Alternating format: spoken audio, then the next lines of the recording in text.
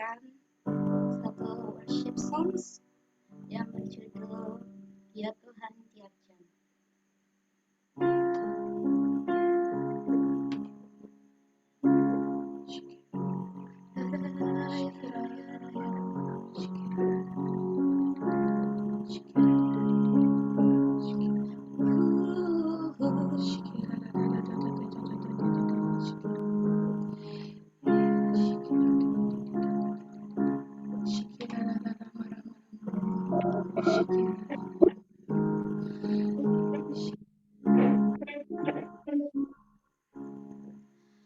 Ya Tuhan, tiap jam ku memerlukan-Mu. Engkaulah yang memberi sejahtera penuh setiap jam, ya Tuhan. Dikau ku perlukan, ku datang juru selamat, berkatilah.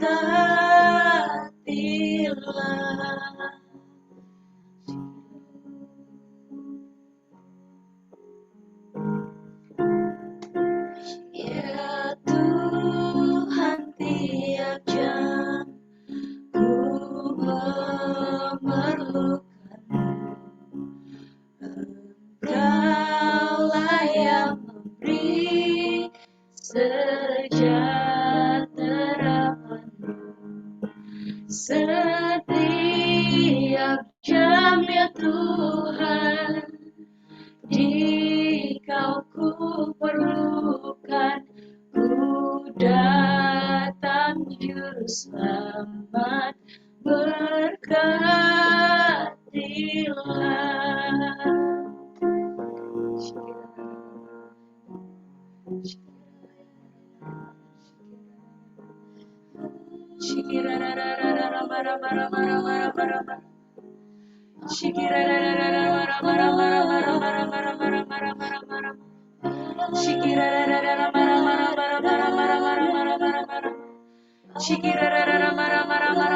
Mari sama-sama kita menyembah Tuhan.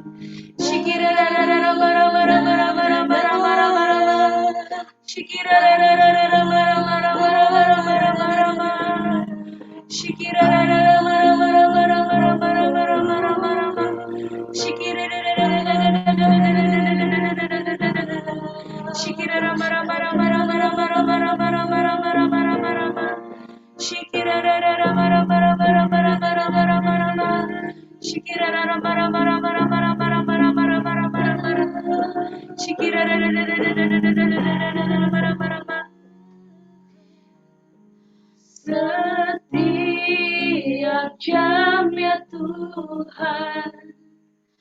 Dikau ku perlukan, ku datang juru selamat, berkatilah. Ku datang juru selamat, berkatilah. Ku datang juru selamat, berkatilah.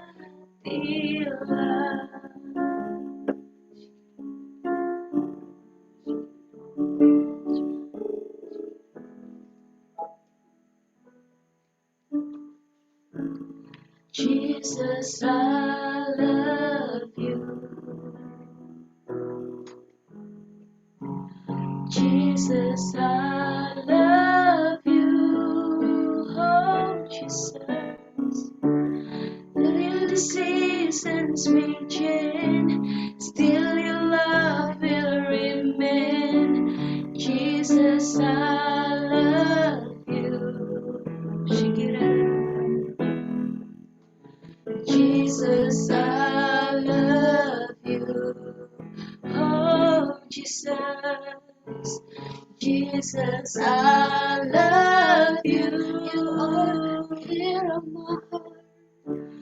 Hear the cry of my heart. know every word is true. Jesus, I love you. Nyanyikan dengan lembut. Jesus, I love you. Yeah, Jesus. Jesus, I love you. I love you, Lord. Though the seasons may change, still your love will remain. Jesus, I love you. I love you, Jesus. Jesus, I love you. Oh Lord, Jesus, I love you. Yes, Lord. Hear the cry of my heart. Know every word is true. Jesus, I love you. Hear the cry. Hear the cry of my heart. Know every word is true. Jesus, I love you. Hear the cry. Hear the cry of my heart. Know every word is true. Jesus, I love you. Terima kasih Tuhan Yesus. Kau memberikan kita kesempatan lagi untuk hari ini kami berkumpul di Ciki Farm 1 Tuhan Yesus. Sebentar lagi kami akan mendengarkan firman-Mu Tuhan, kami berkata Tuhan, kami siap untuk menerima firman dan mengetahui isi hati-Mu Tuhan Yesus. Urapi dan tutup bungkus dengan darah-Mu Tuhan, agar semuanya lancar Tuhan, dan kami mengerti apa isi hati-Mu, dan juga kami siap untuk mendengar yang siap katakan amin. Shalom semuanya. Ini saya langsung bahasa Indonesia saja, diterjemahkan Prancis ya, benar ya? Iya kok. Hari ini tema yang saya berikan itu munculnya dari beberapa pertanyaan orang-orang terhadap saya sendiri. Temanya adalah darah Yesus tak ternilai. Pertanyaan yang memunculkan tema ini adalah, kenapa kami ini kok mau melayani seperti yang saya lakukan saat ini? Itu pertanyaan yang sering ditanyakan. Tentunya bukan hanya kepada kami, tapi kepada para pelayan-pelayan juga yang lain-lainnya. Termasuk yang melayani di Perancis saat ini, yang dari Indonesia. Pertanyaan ini muncul menurut saya karena ada satu pengertian yang perlu diperjelas di Alkitab. Motivasi kami melayani itu sangat mudah sebenarnya, sangat jelas, yaitu karena kami menganggap bahwa darah Yesus itu sangat berharga kepada kami. Oleh karena itulah kami melayani. Hari ini kita akan bukakan secara Alkitabiah bagaimana Alkitab itu menjelaskan konsep mengenai darah Yesus ini. Poin yang pertama, itu adalah ditebus.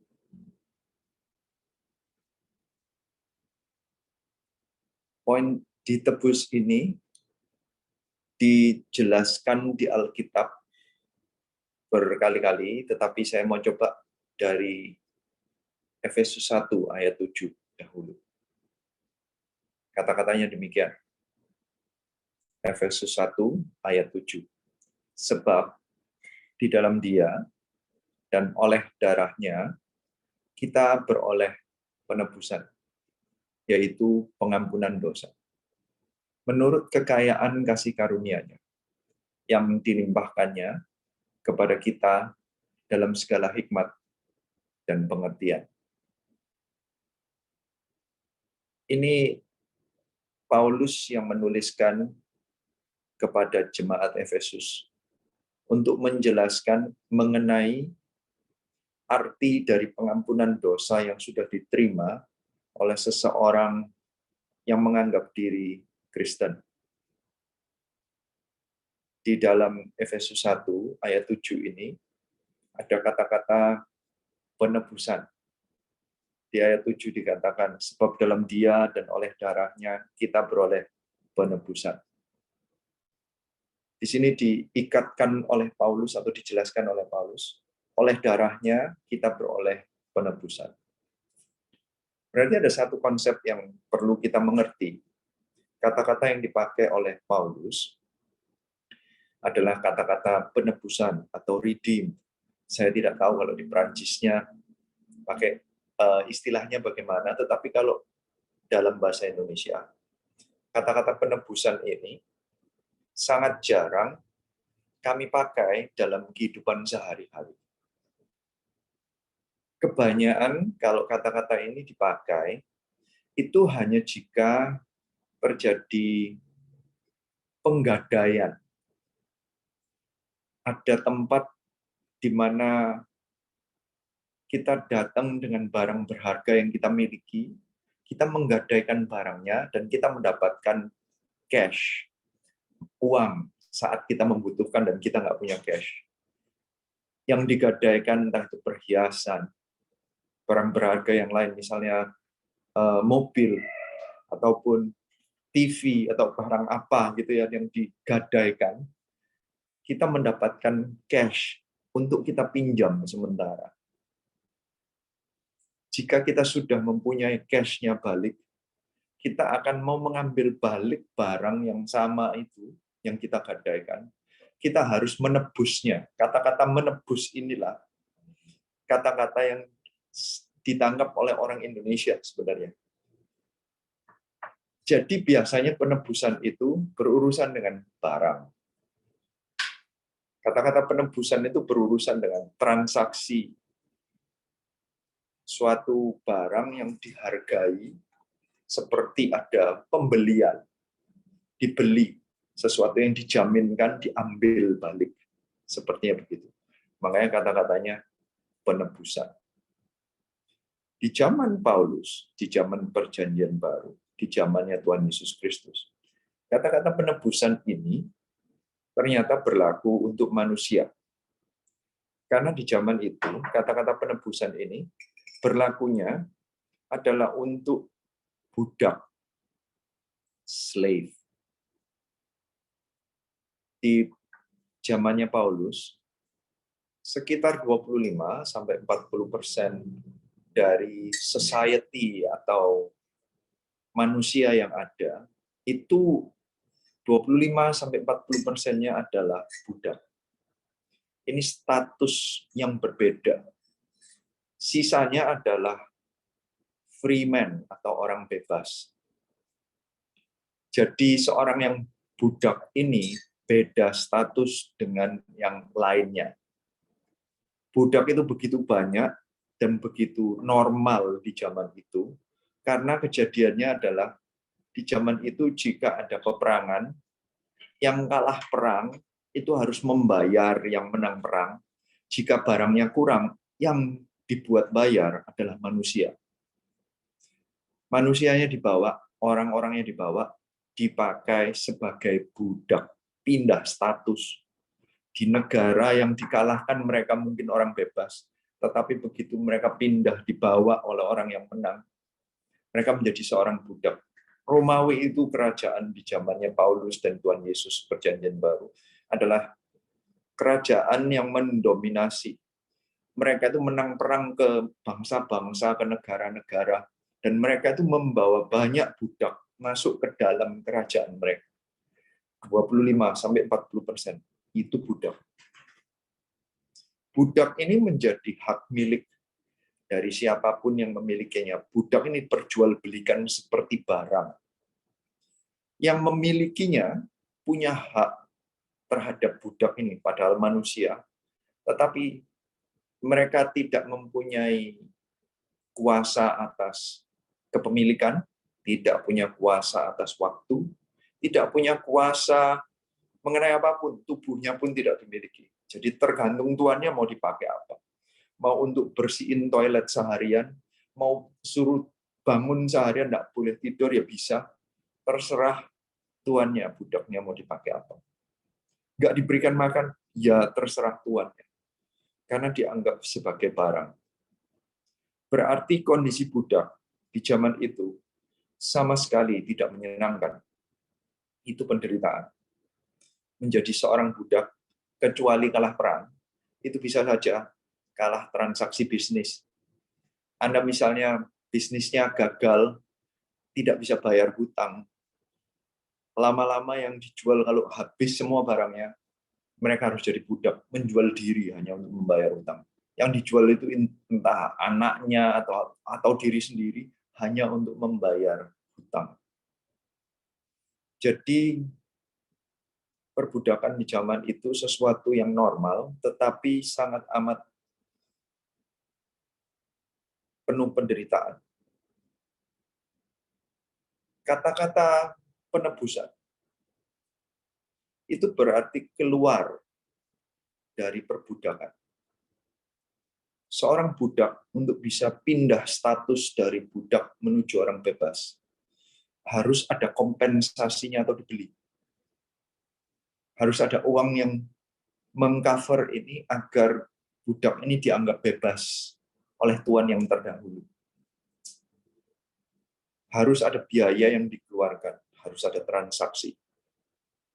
Karena seorang budak tidak memiliki apapun, mereka tidak bisa membeli dirinya sendiri.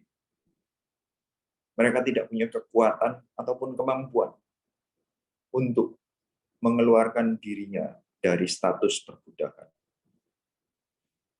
Konsep ini diberikan oleh Paulus kepada semua orang Kristen.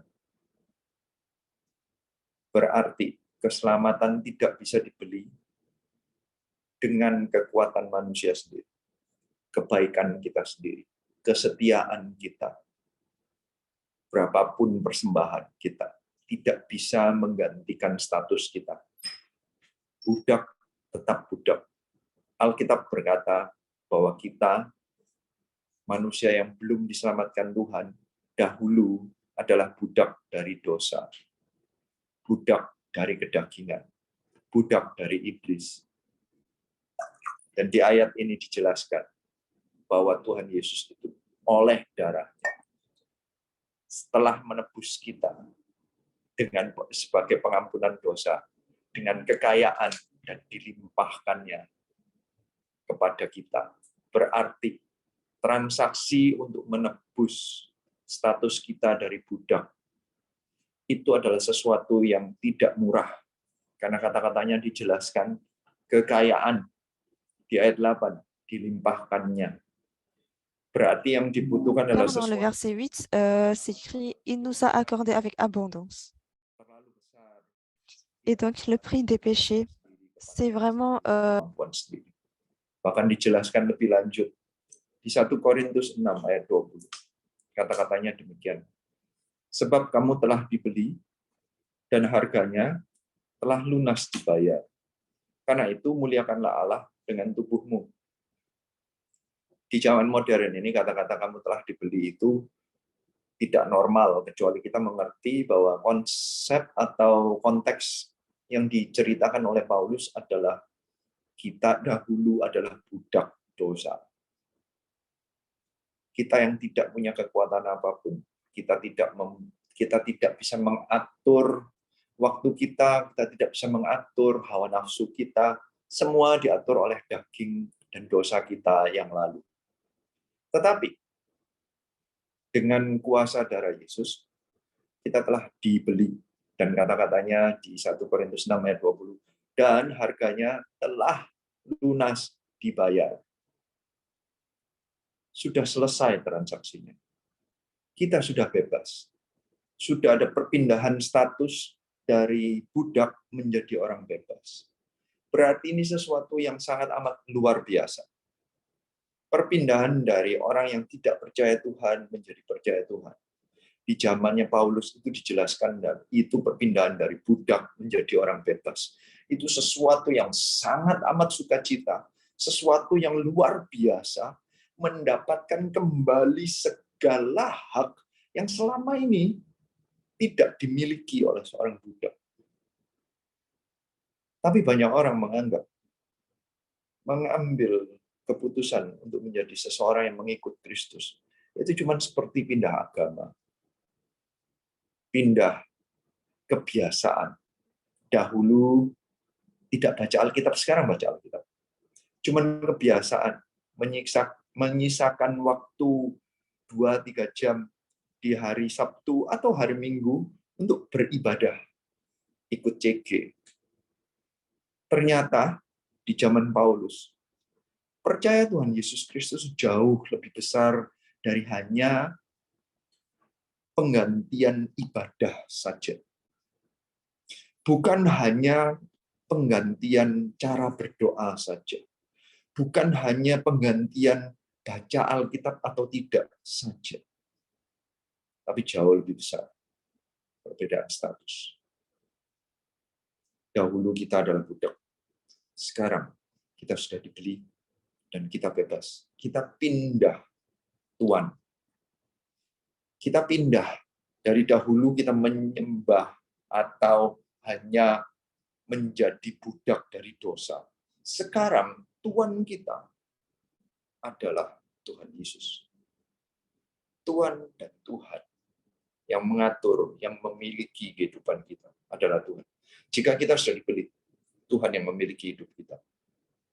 Makanya di konteksnya itu di 1 Korintus 6 ayat 20. Kata-kata ayatnya itu jelas sekali. Sebab kamu telah dibeli dan harganya telah lunas dibayar. Titik 2.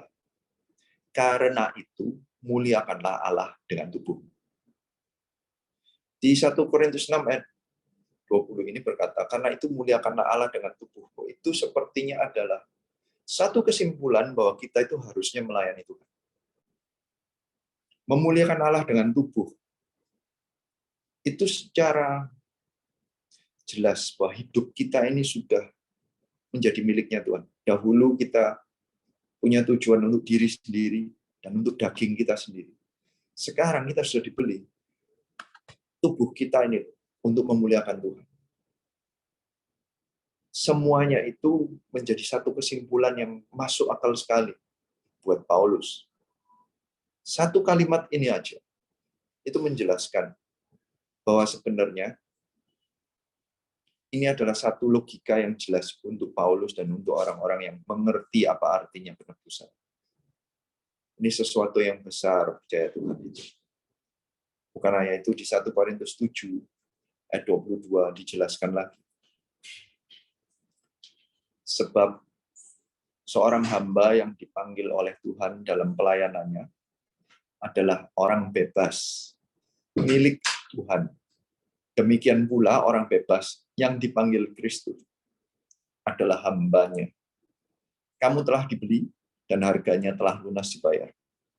Karena itu, janganlah kamu menjadi hamba manusia. 1 Korintus 7 ayat 22 dan 23 ini menjelaskan lagi. Dahulu kita adalah budak hamba. Sekarang kita adalah orang bebas, miliknya Tuhan. Tuhan itu membeli kita bukan untuk menghambakan kita, tapi untuk membebaskan kita. Ini sekarang pilihan kita, namanya orang bebas. Pilihan kita, kita seharusnya. Kita dipanggil oleh Kristus. Kita ini mestinya menjadi hambanya. Dijelaskan lagi di ayat 23. Kamu telah dibeli dan harganya telah lunas dibayar. Kata-kata yang sama dengan 1 Korintus 6 ayat 20. Dan ada kesimpulan lagi, karena itu janganlah kamu menjadi hamba manusia. Kita itu mestinya jadi hambanya Tuhan. Dan kita itu harusnya memuliakan Allah dengan tubuh kita dan hidup kita. Ini satu konsep penebusan, perpindahan dari budak menjadi orang bebas. Pelayanan itu sukarela. Pelayanan itu karena sukacita. Pelayanan itu menunjukkan bahwa kita itu mengucap syukur bahwa Allah sudah membeli kita, membebaskan kita dari semua ikatan kita dahulu, yang membuat kita ujung-ujungnya adalah hidup kita dalam maut. Dan sekarang kita telah bebas. Melayani Tuhan, itu hanyalah ekspresi dari penghargaan kita dengan penebusan yang Tuhan sudah lakukan dengan darahnya yang mahal. Konsep ini mestinya sudah cukup, tetapi Alkitab tidak hanya berhenti di sini. Konsep penebusan ini sering sekali sebenarnya diperjelas. Salah satu contohnya adalah di Lukas 7 ayat 36. Ini poin kedua saya. Bahwa melayani itu harus dengan ucapan syukur. Ada satu contoh yang ada di Lukas yang dijelaskan dengan satu perikop atau satu cerita yang mengkontraskan antara dua karakter di Alkitab. Lukas 7 ayat 36.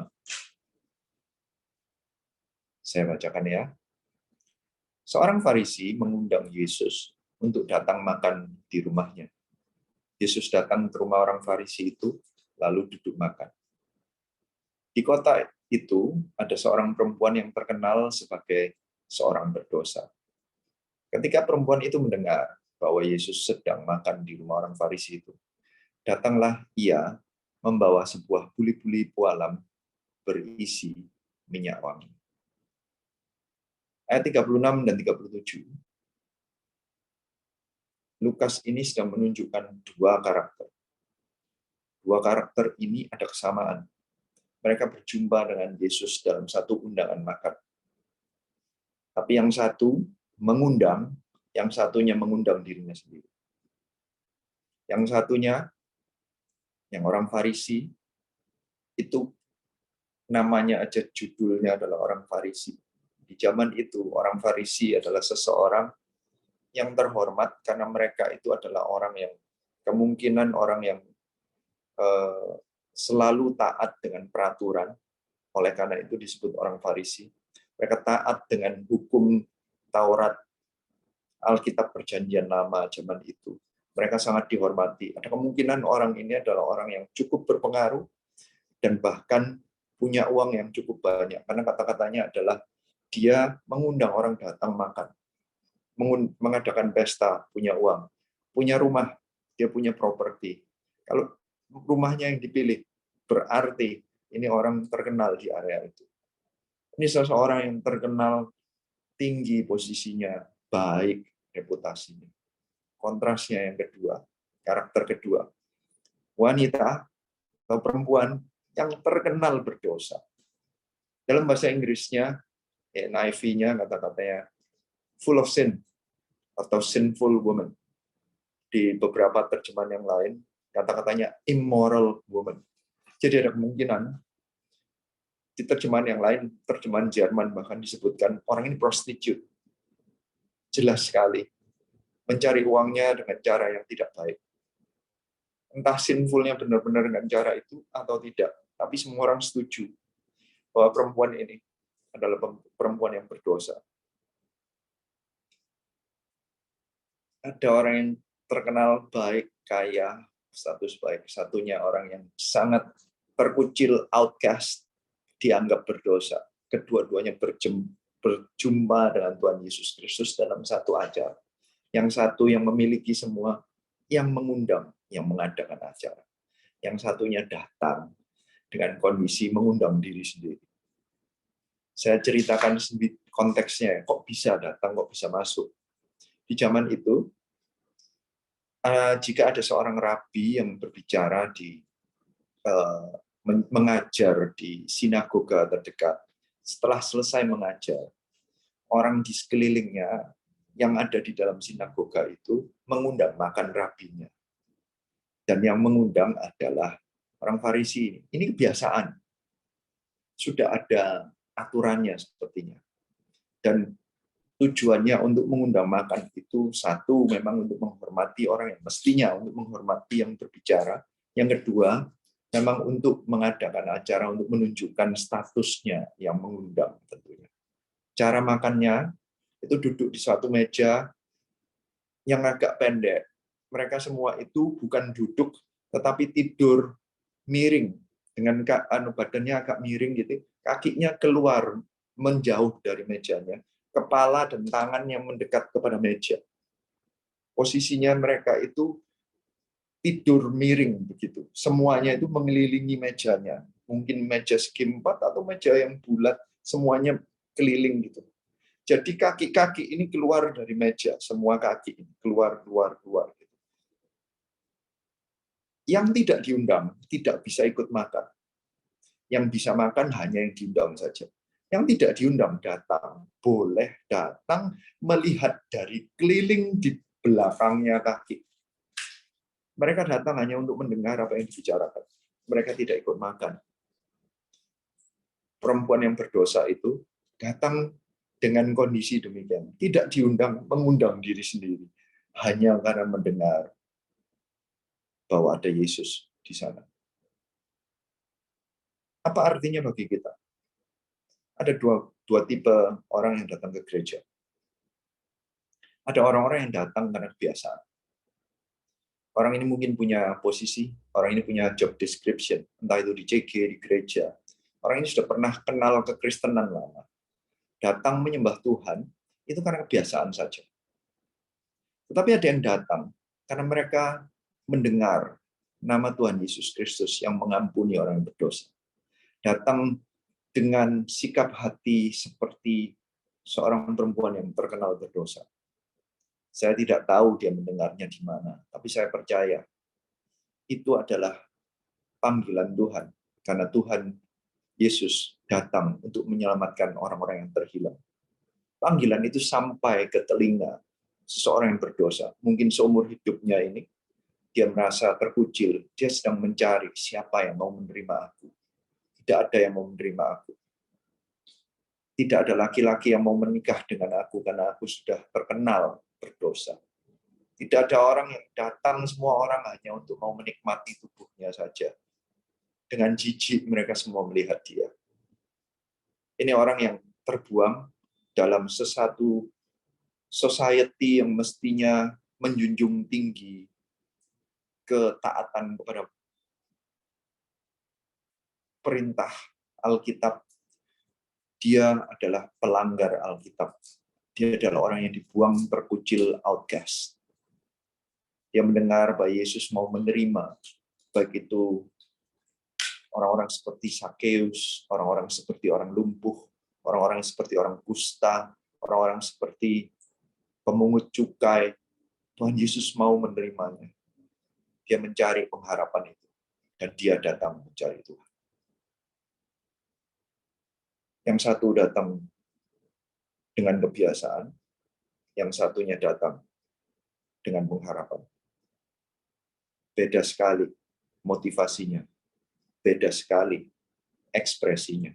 Di ayat 38 terlihat ekspresinya. Ayat 38 dikatakan, sambil menangis, ia pergi berdiri di belakang Yesus dekat kakinya.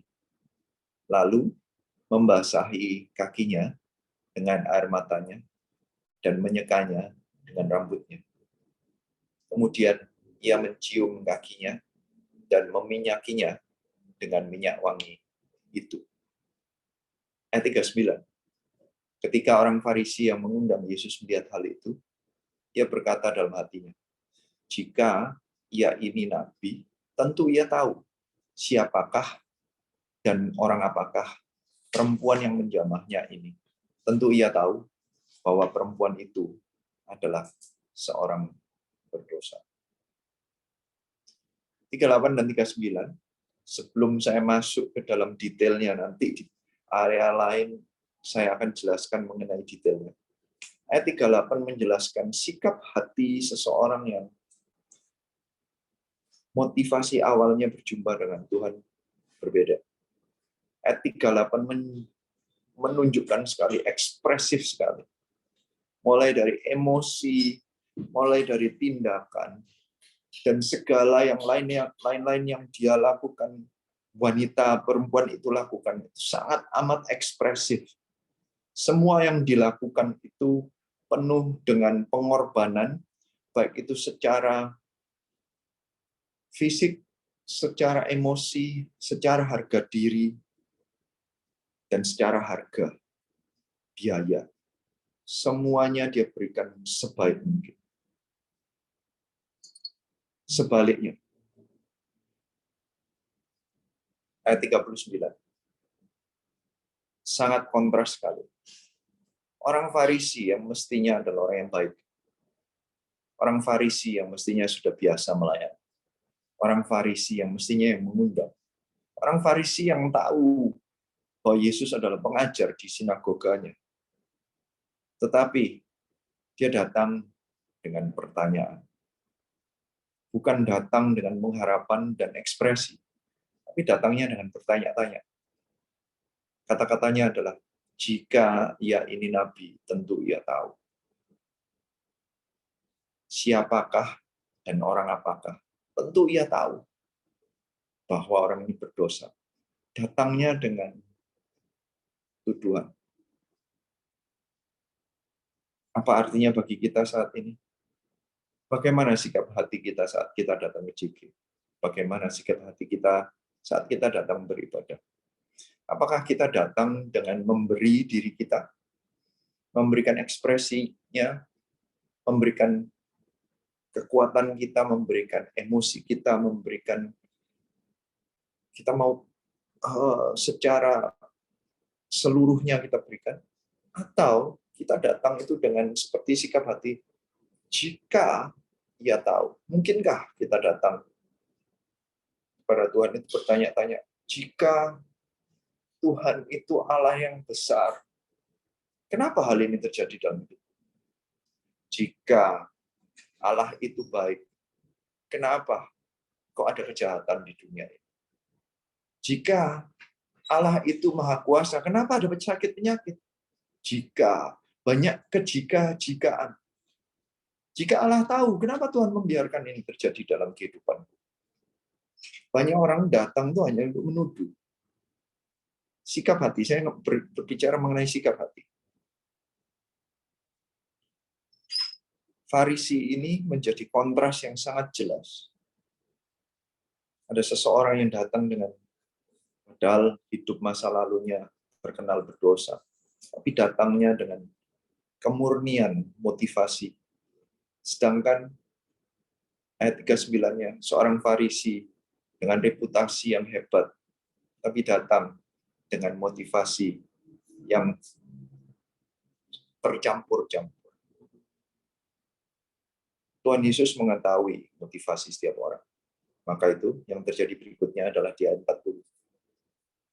Lalu Yesus berkata kepadanya, Simon, ada yang hendak kukatakan kepadamu. Saud Simon, katakanlah guru. Ayat 40 ini sangat menemplak saya. Kenapa? Lukas itu menuliskan dengan sangat amat jelas. Lukas yang menuliskan kitab ini. Lukas itu punya option di ayat 36, dia bisa menulis seorang Farisi bernama Simon. Tapi kelihatan bahwa Lukas ini tidak suka dengan orang Farisi. Orang Farisi ini cuma disebut seorang Farisi di ayat 36. Di ayat 40, Tuhan Yesus itu berkata, lalu Yesus berkata kepadanya, Simon, berarti dari awal Tuhan Yesus sudah tahu namanya siapa. Lukas ya sudah tahu dia yang menulis kok. Tapi dengan jelas tidak dituliskan namanya Simon. Kelihatan sekali Lukas ini sedang mengarahkan, aduh jangan jadi orang Farisi yang seperti ini. Ini yang salah, orang yang salah, benar-benar salah. Dan orang yang salah ini, sesalah apapun, ini yang menemplak saya. Tuhan itu loh tahu namanya. Dan Tuhan tetap memanggil nama.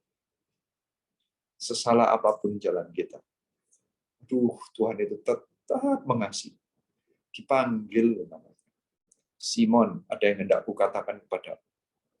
Tuhan itu bukan datang dengan marah dan langsung mengutuki Simon dengan hati yang salah itu.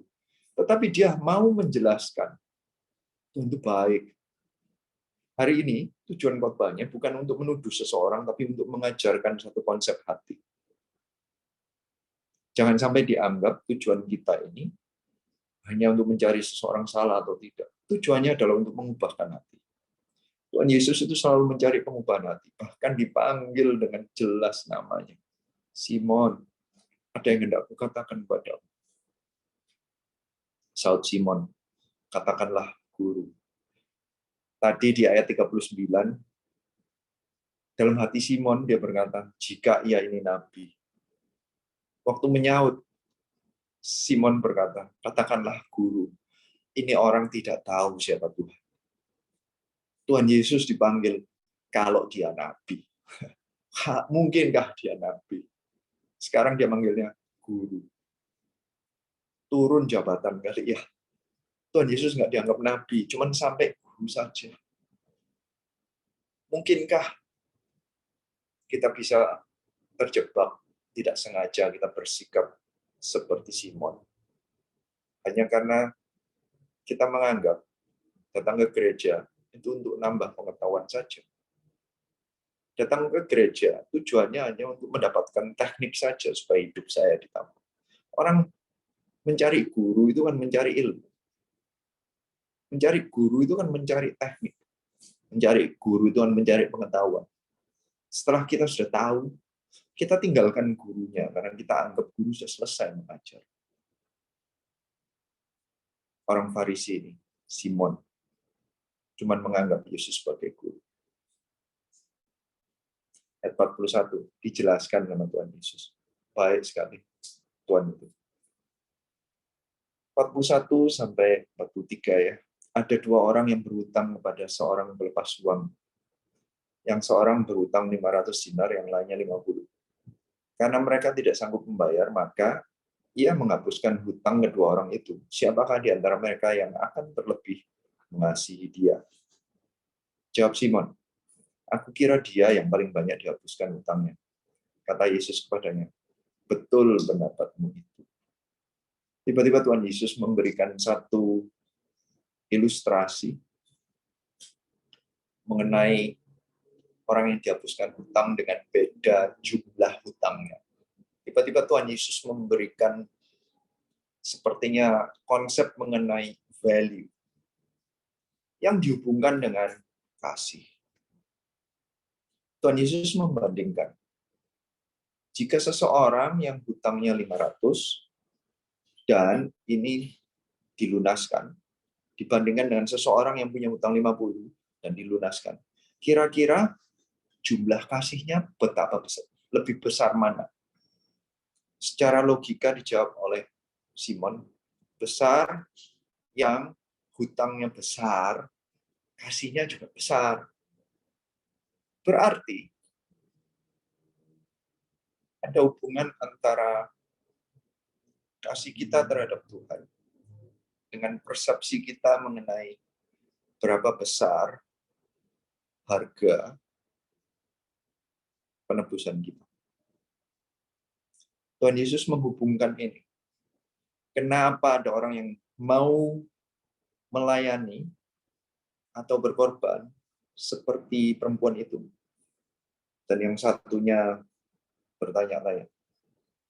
Mulai dari ayat 44 sampai 46, Tuhan Yesus menjelaskan lagi betapa Tuhan Yesus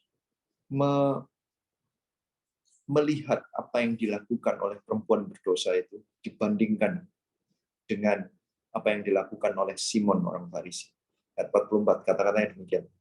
Dan sambil berpaling kepada perempuan itu, ia berkata kepada Simon, engkau lihat perempuan ini? Aku masuk ke rumahmu, namun engkau tidak memberi aku air untuk membasuh kakiku. Tetapi dia membasahi kakiku dengan air mata dan menyekanya dengan rambutnya. Engkau tidak mencium aku, tetapi sejak masuk, ia tiada henti-hentinya mencium kakiku. Engkau tidak meminyaki kepalaku dengan minyak, tetapi dia meminyaki kakiku dengan minyak wangi. 44-46 itu menjelaskan 3 kebiasaan yang seharusnya atau tradisi yang seharusnya dilakukan oleh seorang tuan rumah kepada tamunya. Yang mengundang adalah Simon. Simon seharusnya melakukan ketiga hal ini sebagai courtesy atau kehormatan untuk mengundang seorang tamu. Tuhan Yesus menegurnya, tapi dengan kata-kata yang sangat sopan atau baik, dan dengan pengajaran, bukan menghina dan marah-marah. Tapi Tuhan Yesus menjelaskannya dengan memberikan contoh. Ayat 44.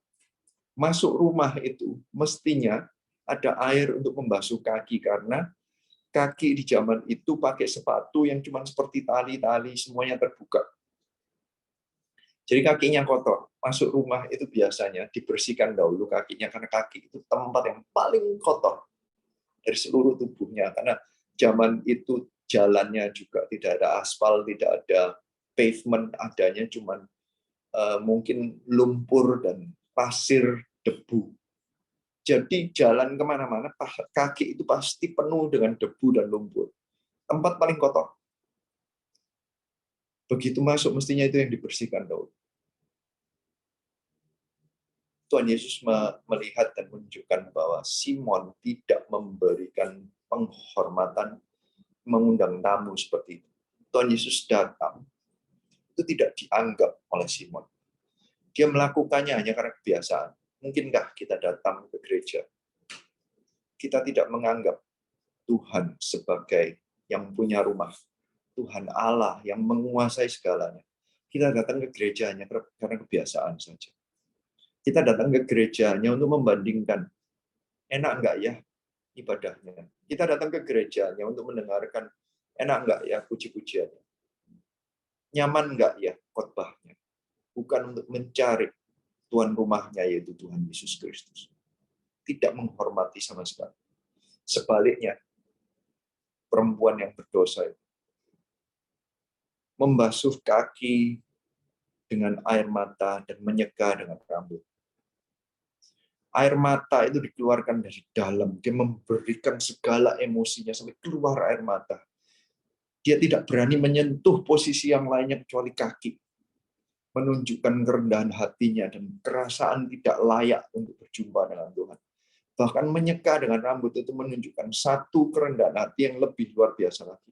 Wanita yang belum menikah di zaman itu selalu ditutupi dengan syal untuk menunjukkan kesuciannya. Kalau dia sudah buka syalnya dan bahkan menguraikan rambutnya, itu menunjukkan dia sudah melepaskan, dia mempercayakan kepada orang yang dia buka itu. Dan dia melakukannya untuk Tuhan Yesus. Tapi di kaki, menyeka dengan rambut. Mau memberikan harga dirinya, sepertinya mau dipermalukan, mahkotanya mau ditaruh di tempat yang terendah pun untuk kaki Yesus. Yang paling kotor pun dia mau melakukannya. Pelayanan itu, kita nggak perlu pilih-pilih. Kesempatan untuk melayani itu suatu kehormatan. Berikan yang terbaik untuk apapun yang mesti dilakukan. Setelah itu ayat 45. Engkau tidak mencium aku. Tetapi sejak aku masuk, ia tiada henti-hentinya mencium kaki. Tuhan Yesus menjelaskan lagi, mestinya tamu itu diberikan ciuman hanya untuk mengatakan welcome. Sekali aja cukup. Tetapi apa yang diberikan oleh perempuan berdosa itu? Tidak henti-hentinya mencium kakiku. Sejak masuk, tidak selesai. Banyak di antara kita. Kadang datang ke gereja, berbicara begini, saya pernah dulu terjamah. Saya dulu pernah ditolong Tuhan. Saya dulu pernah melayani. Mestinya kita itu datang dan tidak henti-hentinya mencium Tuhan. Tidak henti-henti, itu yang saya lebih suka lagi daripada hanya menciumnya saja. Tapi tidak henti-henti. Berarti sejak awal sampai sekarang, itu tetap mengasihi Tuhan. Jaga kasihmu kepada Tuhan. Kalau cuma datang waktu kita butuh, datang waktu kita sedang masalah, waktu kita sakit, kita minta, Tuhan jamah aku, sembuhkan aku.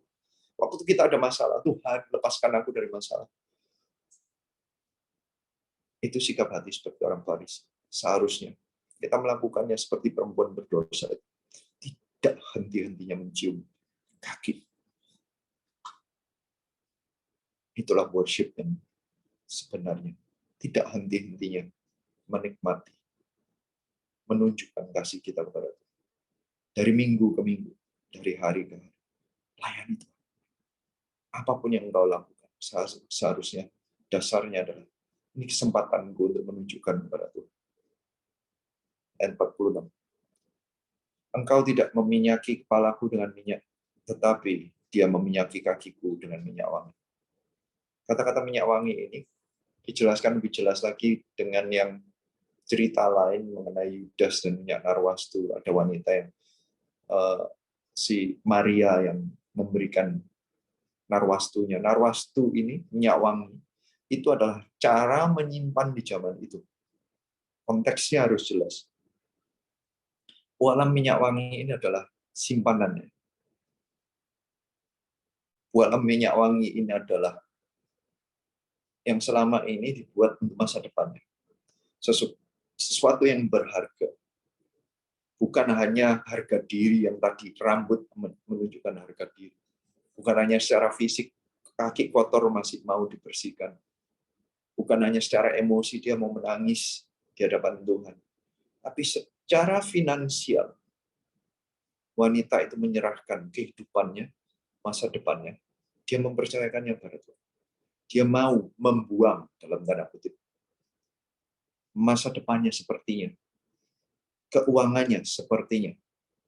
Untuk meminyaki seindah mungkin kaki Tuhan Yesus.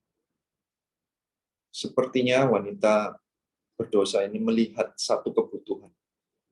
Tuhan Yesus bisa makan, Tuhan Yesus bisa makan. Dia melihat satu titik dan kesempatannya cuma kaki yang dia bisa sentuh. Dan kakinya kotor karena dilihat belum selesai. Dia memberikan apa yang dia lihat dan dia berikan segalanya untuk melakukannya dengan sebaik-baiknya. Pakai air mata, pakai rambut, pakai diciumin dan diberikan minyak wangi. Hanya pelayanan membersihkan kaki.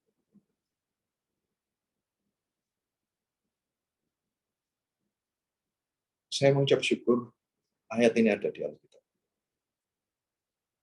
Sepertinya memberikan kekuatan kepada siapapun yang melayani. Apapun yang pelayanan Anda di tempat ini. Mungkin Anda melayani host, mungkin Anda melayani sebagai translator, mungkin Anda melayani sebagai yang multimedia di belakang, mungkin Anda melayani sebagai co-host, mungkin melayani sebagai seseorang yang PAW, singer, mungkin Anda melayani sebagai seseorang yang datang sebagai sponsor, orang Surabaya yang melayani untuk orang Eropa yang mau memberikan diri di jam yang sulit, baru datang, baru kerja. Tidak ada orang yang tahu pengorbanan Anda. Tuhan Yesus tahu. Kami manusia tidak tahu. Anda melakukannya di background, mungkin ada yang harus cepat-cepat pulang, Anda baru selesai kerja, baru capek, masih capek, baru mau join. Mungkin Anda sedang sibuk, keluarga Anda masih harus ngurusin anak dahulu. Tapi Anda mau berikannya. Asal Anda memberikannya untuk Tuhan. Ternyata Tuhan bisa lihat tuh pengorbanan air mata Anda. Tuhan bisa lihat sekaan rambut Anda. Tuhan bisa lihat ciuman ke kaki Tuhan. Tuhan bisa lihat pengorbanan minyak wangi Anda. Yang penting kan untuk Tuhan.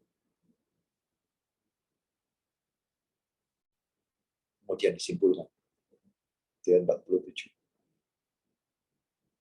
Sebab saya Lukas 7 ayat 47 ini saya lebih suka yang dalam bahasa Inggrisnya.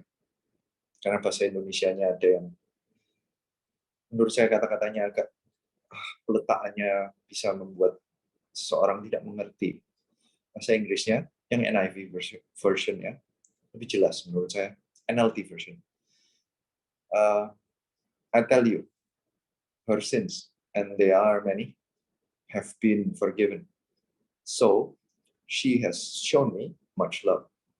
But a person who is forgiven little shows only little love. Ini kesimpulannya Tuhan Yesus Kristus saat dari awal kontras antara orang Farisi, Simon, dengan perempuan berdosa. Kontrasnya simple bagi Tuhan. wanita ini, perempuan ini, startnya dari berdosa, tetapi dia mengerti bahwa dia bisa mendapatkan pengampunan dari Tuhannya. Oleh karena itu, ia banyak berbuat kasih. Jadi ada perbedaannya di sini jelas. Wanita ini merasa mendapatkan penebusannya. Wanita ini menerima penebusan dan pengampunan dosanya. Oleh karena itu, dia mengekspresikan penebusannya dan pengampunan dosanya dengan much love. Sebaliknya, orang Farisi itu dirangkum oleh Tuhan Yesus dengan kata-kata, but a person who is forgiven little shows only little love. Tuhan Yesus mengambil kesimpulan bahwa orang Farisi ini merasa bahwa dia hutangnya cuma 50. Hutangnya nggak banyak. Dosanya cuma sedikit. Jadi kalaupun diampuni Tuhan, kan aku sudah undang. Aku sudah undang Tuhan Yesus, sudah kasih makan kan? Cukup. Aku nggak perlu mencuci kakinya. Aku nggak perlu menciumi Tuhan. Aku nggak perlu meminyakinya. Kan sudah cukup aku memberi makan. Sepertinya orang menawar-nawar. Pelayanan ini ditawar. Kan cukup kalau aku sudah datang ke gereja. Kan cukup kalau aku sudah berbuat baik. Kan cukup kalau aku tidak berkata-kata kotor. Kan cukup kalau aku tidak bermabuk-mabukan. Kan cukup jika aku tidak minum obat-obatan. Kan cukup jika aku tidak menipu orang. Buat apa melayani lebih? Buat apa datang ibadah? Buat apa melayani di dalam JG? Mungkinkah ada di antara kita yang merasa bahwa dosa kita nggak banyak? Buat apa kita berbuat lebih untuk Tuhan? Kan kita sudah berbuat baik. Kan kita sudah beribadah di hari Minggu. Kan kita sudah banyak kata-kata sudahnya. Sedangkan sebaliknya, perempuan yang berdosa yang merasa banyak diampuni, dia akan memberikan banyak semaksimal mungkin dia lakukan kepada Tuhan Yesus Kristus. Hari ini, biarlah firman Tuhan memberikan kekuatan dan memberikan pengertian bahwa seharusnya kita semua dasar melayaninya adalah karena menghargai bahwa darah Tuhan Yesus yang sudah membeli penebusan hidup kita, itu harganya mahal. Karena dosa kita itu banyak. Penebusan kita, it's a big deal. Itu sesuatu perpindahan status yang luar biasa besarnya. Apapun yang kita lakukan untuk Tuhan, melayani di JG, melayani di gereja, melayani apapun, berdoa, ke on-site-nya, menyiapkan segalanya. Itu semua adalah ekspresi ucapan syukur bahwa kita sudah dibeli dan semuanya telah lunas dibayar oleh darah Tuhan Yesus Kristus. Biarlah kita semua menangkap darah Roh Kudus sendiri yang menjelaskan bahwa apapun yang kita lakukan itu harusnya penuh dengan ucapan syukur. Mari kita tundukkan kepala dan berdoa. Terima kasih Tuhan. Kami rindu menjadi orang-orang yang berkenan di hati-Mu. Biarlah kami datang dengan kerendahan hati. Hidup kami dahulu adalah hidup yang penuh dengan keterikatan, hawa nafsu, kedagingan, ketidakbaikan, motivasi yang tidak baik. Dan Engkau tetap mau mati di atas kayu salib untuk kami. Oh, betapa berharganya darah. Betapa tidak berharganya hidup kami sebenarnya. Tapi Tuhan tetap mau membayar harganya untuk kami yang sebenarnya tidak layak. Izinkan kami yang tidak layak ini bisa melayani seperti perempuan yang berdosa yang menerima pengampunan itu. Kami melayani dengan rendah hati. Kami melayani dengan segenap hati. Kami melayani dengan penuh ucapan syukur. Kami mau melayani dengan emosi kami mau melayani dengan harga diri kami yang kami mau rendahkan di dalam Tuhan. Kami mau melayani dengan sekuat kami melayani tanpa memilih-milih posisi, kami melayani dengan kami percaya bahwa Tuhan mau bisa melindungi kami dan membuat kehidupan kami ke depan, masa depan itu menjadi baik. Hari ini Tuhan, kami rindu biar Roh Kudus yang berbicara pada setiap kami dan mengubahkan hati kami. Saya ajak setiap anggota JKIP yang mau hari ini hidupnya mau diubahkan, hatinya mau melayani Tuhan lebih dengan rasa ucapan syukur. Mungkin hari ini mulai diingatkan oleh Roh Kudus bahwa ya, dosamu dulu banyak dan sudah diampuni. Ini saatnya untuk menunjukkan ucapan syukurnya. Ini saatnya untuk sepertinya mencium kaki Yesus. Ini saatnya untuk menyeka kaki yang kotor dengan rambut kita, dengan harga diri kita. Kita tanggalkan segala pride kita, kesombongan kita, segala rasa nawar-nawar kita, karena merasa kita cukup baik, itu kita lepaskan. Dan kita datang untuk tersungkur di kaki Yesus. Siapa yang mau melayani Tuhan lebih lagi? Angkat tangan. Saya rindu mendoakan Anda. Tuhan, kami berdoa untuk setiap orang yang mau melayani Tuhan lebih-lebih lagi. Kami percaya Tuhan adalah Tuhan yang begitu baik. Darah Tuhan Yesus itu terlalu mahal untuk membeli kami yang tidak layak ini. Kami rindu kehidupan kami di masa depan kami bisa punya sikap hati yang sama seperti perempuan berdosa yang menerima pengampunan itu. Kami akan menunjukkannya, kami akan mengekspresikannya, kami akan memberikan yang terbaik saat kami menyembah Tuhan, saat kami melayani Tuhan. Kami berikan segala yang kami punya, kami memberikan segenap kekuatan kami. Kami akan menyembah Engkau, karena kami mengucap syukur atas penebusan, atas kehidupan kami. Kami tahu darah Yesus itu mahal. Ampuni kami jika selama ini kami menganggap penebusan itu sesuatu yang murah, sehingga kami masih menawar-nawar. Ampuni kami Tuhan. Kami mengerti bahwa dosa yang telah diampuni ini dengan darah Yesus itu, darahnya terlalu mahal. Jadi kami akan memberikan yang sebaik-baiknya. Terima kasih Tuhan. Pakai JK Perancis dan area-area yang lain, Middle East dan Rusia dan area-area yang lain ini untuk menjadi terang dimanapun mereka berada. Kami berdoa biarlah setiap orang dipakai untuk menjadi terang. Melayani Tuhan itu bukan paksaan, tetapi suatu pemberian yang penuh dengan ucapan syukur, dengan sukarela. Bangkitkan para pelayan-pelayan-Mu yang memberikan dengan segenap hati. Bangkitkan orang-orang yang punya sikap hati seperti perempuan berdosa yang mengalami penebusan ini. Kami juga mau seperti itu. Terima kasih Tuhan.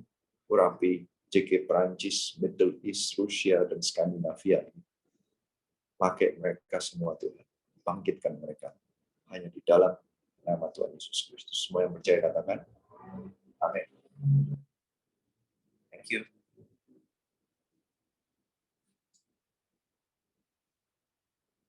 Wow, keren banget firman-nya. Untuk alasan itulah kita harus sering-sering mengundang Ko Adrian membagikan makanan-makanan rohani yang super banget. N'est-ce pas? T'es d'accord avec moi? C'était bien, non? It's amazing to preach. Thank you. Oui. Now, if anyone have a question, it's a privilege and honor to have Pastor Adrian today. So go ahead. Yuk, siapa yang Quelqu'un a une question à poser, c'est le moment. ayo siapa yang punya mungkin segudang pertanyaan di hati, di kepala, jangan ragu, silahkan. Selagi ada yang mampu menjawab kapasitasnya yang luar biasa, nanti kalau tanya ke saya belum tentu bisa jawab, tapi saya harus lempar lagi. Jadi langsung aja. Donc, Yuk, n'hésitez pas à poser vos questions. C'est le moment. Oui, mau bertanya boleh? silakan. Est-ce que je peux poser une question? Boleh. Oke. Ini pertanyaannya sudah ada beberapa minggu dan puji Tuhan hari ini Donc, Pastor ça fait quelques Adrian semaines que bawakan. j'ai cette question. Ya, silakan. Pertanyaannya, seberapa limit kita itu dalam melayani karena terkadang itu banyak banget orang-orang datang curhat ke kita, beberapa orang dan bisa telepon 2-3 jam dan membuat kita tuh bener-bener capek banget karena masalah mereka itu berat. Dan beberapa yang sudah mulai mengenal Tuhan, kita bisa arahkan. Ayo kita berdoa bersama, bawa bebanmu ke kaki Tuhan. Tetapi ada yang belum mengenal Tuhan, kita ajak doa bersama itu belum bisa karena dia memiliki agamanya itu sendiri.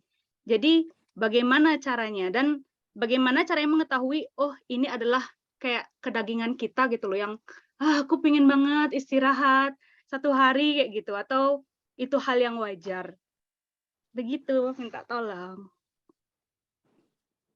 Oke, yang pertama, Anda memberikannya pelayanan itu sesuai dengan kapasitas Anda.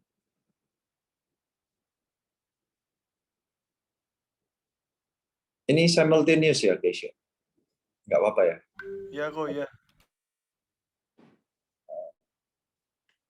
Sesuai kapasitas itu berarti Tuhan tidak akan minta lebih daripada Anda. Kalau hari ini Anda mau melayani 2 jam, ya berikan 2 jam yang terbaik yang Anda mau berikan. Wanita atau perempuan yang berdosa itu datang dan membawa pualam minyak wangi. Saya nggak tahu, itu seluruh simpanan dia atau dia punya 3 pualam, dia kasih 1. Tidak tahu. Tapi dia mau memberikan 1 pualam.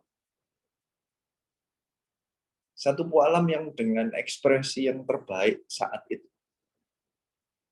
So, bagi saya, kalau hari ini Anda merasa Anda sudah telepon 2 jam, jam lainnya Anda mau pakai untuk ngurusin keluarga, mau istirahat, mau tidur, tidak ada paksaan dan jangan sampai Anda merasa tertuduh. Guidance saya cuma begini. Jika dia telepon besok, apakah dia mati atau tidak? Kalau belum ya besok aja. Misalnya begitu.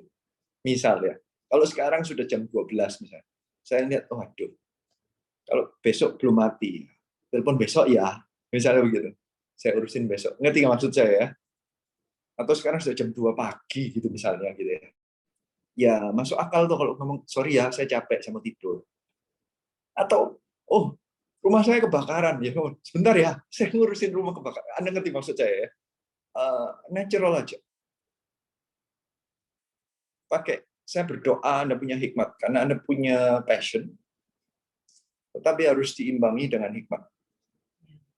Hikmatnya adalah berikan yang terbaik. Jangan sampai Anda nanti melayani, keluarnya bukan minyak wangi, keluarnya keringat. Anda ngerti maksud saya? Karena berarti sudah pakai kebiasaan. Seperti Simon tadi itu, orang Farisi, dia ngeluarin uang loh untuk mengundang orang. Tapi kalau melakukannya dengan kayak ini cuma kebiasaan, ada pembicara tamu ya sudah saya undang aja makan. Dia nabi apa enggak sih? Dia tahu apa enggak sih? Aduh, itu kayak itu bertanya-tanya, hati dengan hati yang bertanya-tanya. Aku ini sudah sibuk, Tuhan, masa lagi? Enggak usah, berhenti aja, istirahat. Besok lakukan lagi dengan segenap hati. Kalau Anda capek, stop, rest. Bagi saya begini, fisik kita pasti akan capek. Saya juga harus ngatur waktu. Istri saya yang bantu. Kalau saya sudah capek, saya ngomong, kurangi jadwal. Saya akan ngomong ke dia, tolong kurangi, besok ngapain aja. Oh, yang ini jangan, di jadwal minggu depan. Anda ngerti maksud saya? Kalau memang lagi penuh, tidak bisa ya harus ya dijadwal. Ini manusia tetap ada batasannya. Tapi saya tidak pernah merasa tertuduh kalau saya menolak atau ngomong sama orang besok ya gitu. Itu ya berhikmat kan. Itu yang pertama. Yang kedua, saya berdoa pelayanan Anda tidak perlu selalu harus 2 jam. Saya berdoa nanti dengan keahlian yang bertambah. Dalam waktu setengah jam Anda bisa selesaikan. Anda ngerti maksud saya? Ada hikmat Tuhan. Tuhan Yesus itu startnya dari bertanya. Saya mengerti kadang orang itu butuh didengarkan. Mendengarkan curhat memang dibutuhkan.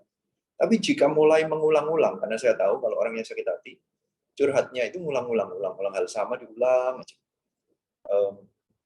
Ya kita bisa ngomong dengan sopan. Ya saya menangkap, boleh saya berdoa sekarang gitu kayak. Boleh saya kasih input, jadi Anda harus, kalau sudah mengerti poinnya, setelah didengarkan, langsung Anda arahkan dengan hikmat, saya kasih suggestion ya, gitu misalnya. Kemudian ditutup dengan doa.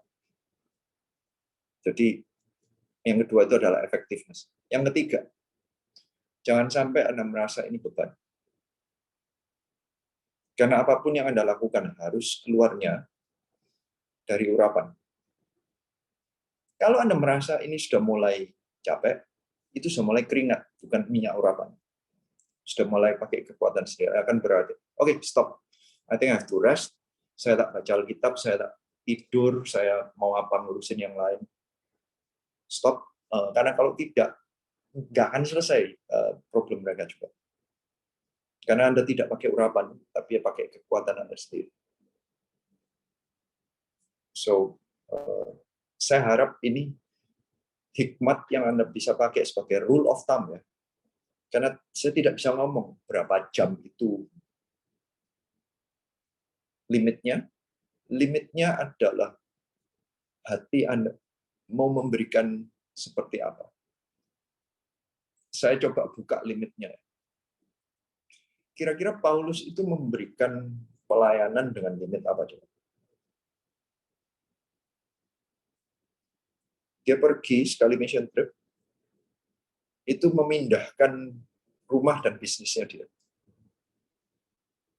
Sekaligus sekali pergi, itu mungkin 2 tahun.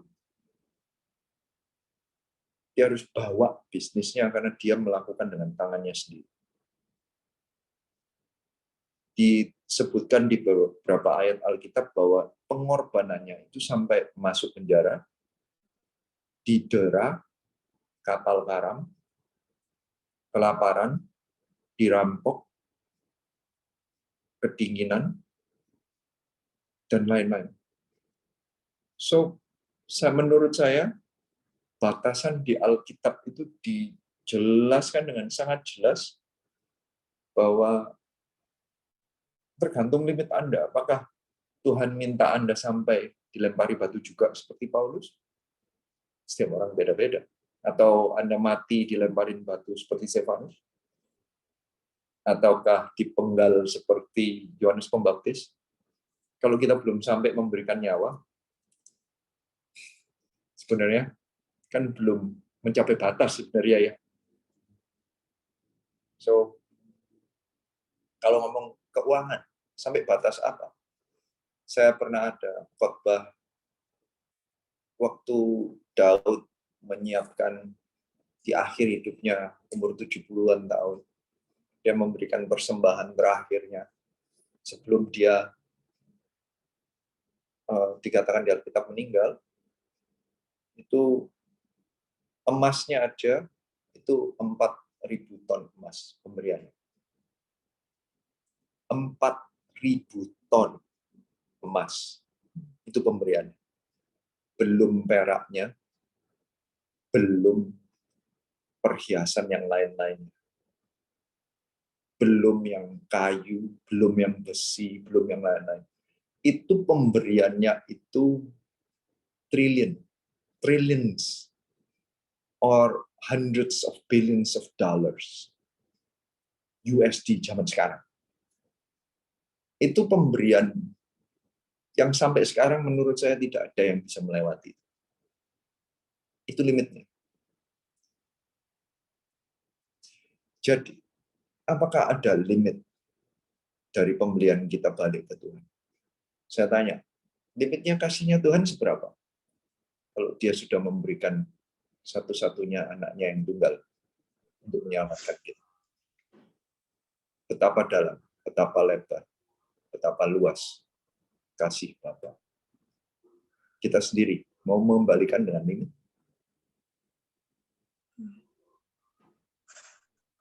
Limit itu cuma ekspresi kasih. Batasannya adalah seberapa banyak Anda mengasihi Tuhan, dan itu temukan sendiri. Standarnya adalah kasih Tuhan, kasih Anda pada Tuhan. Hopefully ini bisa menjawab. Thank you, Pastor Adrian. Menjawab. Dan merasa tidak tertuduh saat mau istirahat. Siap, terima kasih.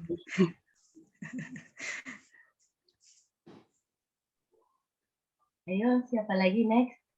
Thank you, Ko. Boleh tanya nggak, Kak? Boleh banget. Silakan.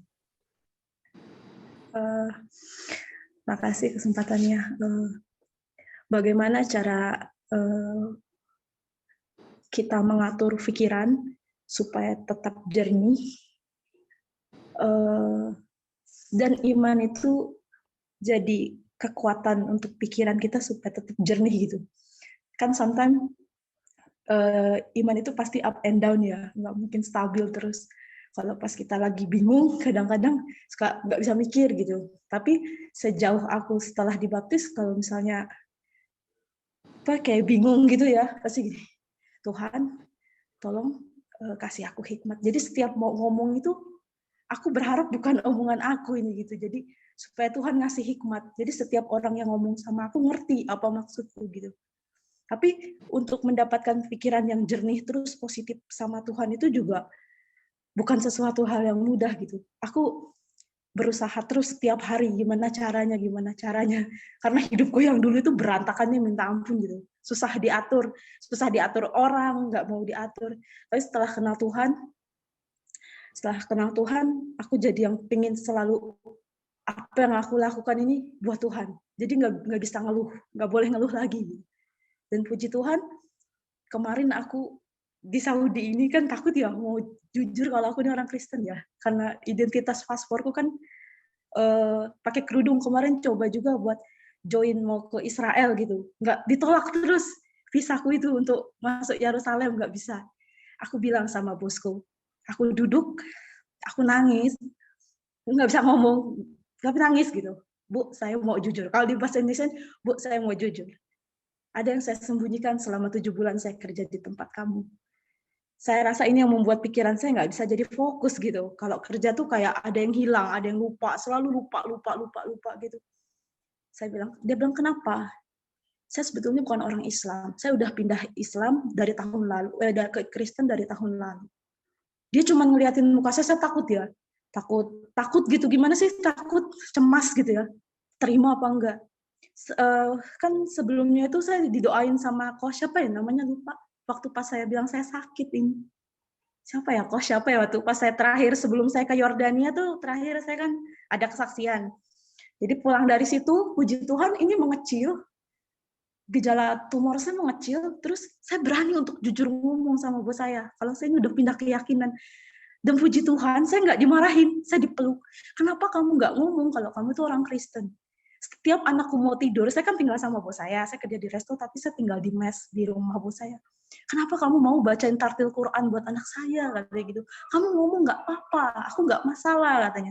Agamamu itu urusanmu gitu, bukan urusanku. Kamu sudah dewasa, kamu tahu mana yang baik buat hidupmu. Jadi aku tuh gini ya, aku sampai bingung ya, kok Tuhan Yesus segitu baiknya sama hidupku ya. Aku bilang pertama jujur sama ibuku nggak dimarahin, sama bapakku nggak dimarahin, sama bosku nggak dimarahin, nggak ada yang menghakimi aku. Jadi aku mau melatih bagaimana pikiran jernih itu bisa merubah cara pandangku untuk menjadi manusia yang lebih baik. Minta tolong ya Pak Pendeta, supaya hidupku selalu selalu aku bisa ngasih motivasi sama orang-orang yang memang ada di sekelilingku bukan dengan ucapan tapi dengan perilaku. Aku bisa ngimbangin cara berpikirku dengan cara sikapku. Bagaimana Pak? Terima kasih. Ya, yang paling simpel yang pertama, sudah pertanyaan dulu, apakah Anda sudah berbahasa roh? Kenapa? Sudah berbahasa roh? Belum bisa. Saya kan Belum. anak GBI, nggak diajarin bahasa roh. Saya dibaptis di GBI, saya nggak tahu bahasa roh itu apa. Saya bingung kadang-kadang kalau orang itu ngapain ya, gimana ya cara ngomongnya. Saya nggak tahu Pak, jujur saya nggak tahu bahasa roh. Berapa lama Anda menjadi orang Kristen? Bulan depan tanggal 14 1 tahun Pak, tapi saya ikut Tuhan itu udah dari SMP, cuman sembunyi-sembunyi terselubung.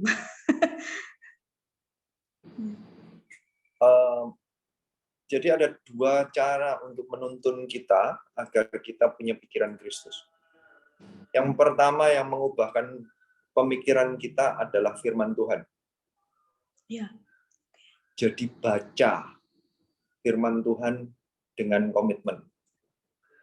Yang kedua, pengurapan Roh Kudus, tuntunan Roh Kudus. Tadi saya tanya bahasa roh itu karena Gereja Marsharon percayanya adalah seseorang yang sudah dipenuhi dengan Roh Kudus akan diberikan tanda dengan berbahasa roh.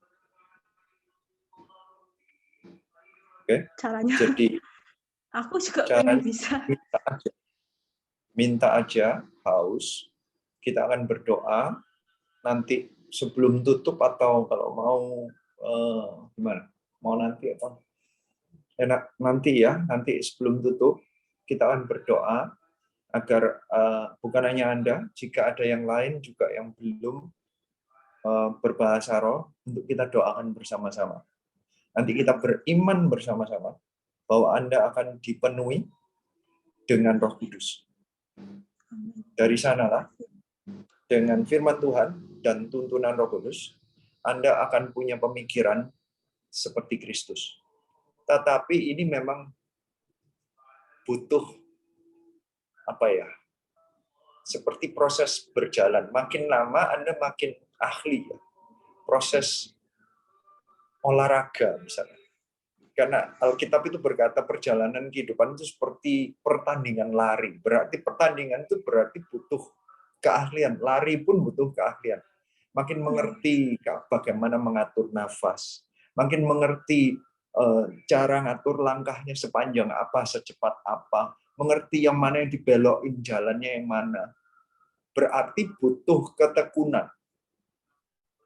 Alkitab juga berkata nanti makin lama dari glory menuju glory. Ada kata-katanya yang lain adalah transformasi. Transformasi itu perubahan. Kita ini percaya Tuhan transformasinya itu bukan cuma beda dari status yang tadi saya ngomong dari budak menjadi bebas. Tapi bebasnya ini nanti menuju glory, bukan hanya bebas nanti. Makin lama makin menjadi seperti Kristus. Berarti ini makin lama makin meningkat. Jadi nanti statusnya nggak cuman bebas, kemudian selesai. Tapi makin lama makin mengerti, makin lama makin ayat Alkitab itu makin menghidupi satu persatu, makin dijelaskan oleh Tuhan. Jadi jangan berhenti belajar. Tidak bisa hanya seperti gini, Anda mengerti semua.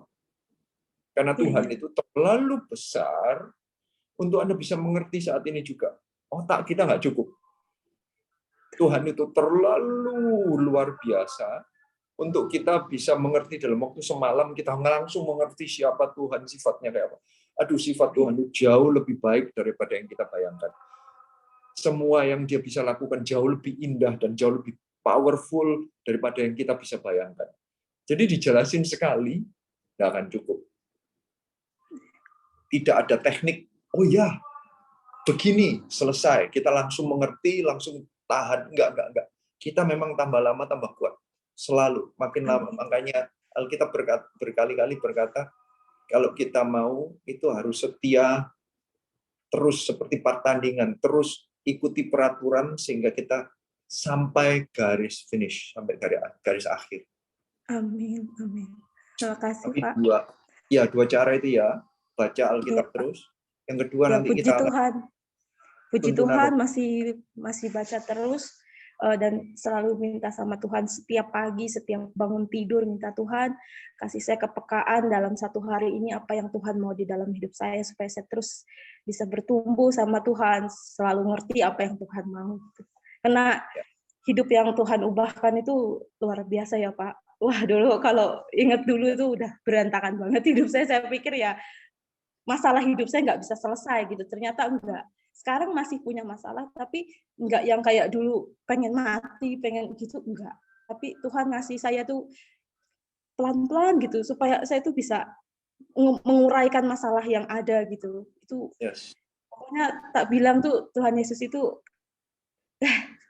saya nggak Ya. bisa ngomong lagi, pokoknya baik sekali, luar biasa baik sekali. Ya. Dengan orang tua saya saja tidak menghakimi saya mau pindah gitu ya, karena keluarga saya juga Islam yang lumayan taat. Saya sudah bersyukur sekali. Segitu baiknya Tuhan menjamah hati orang tua saya. Saya ini anak yang bangor, nakal sekali. Susah diatur. Cuma Tuhan aja yang bisa ngatur. Ya. Ya, luar biasa. Ratna, kalau saya boleh tahu, KSA itu dari mana? Saudi Arabia. Saya kerja di Saudi. Oke.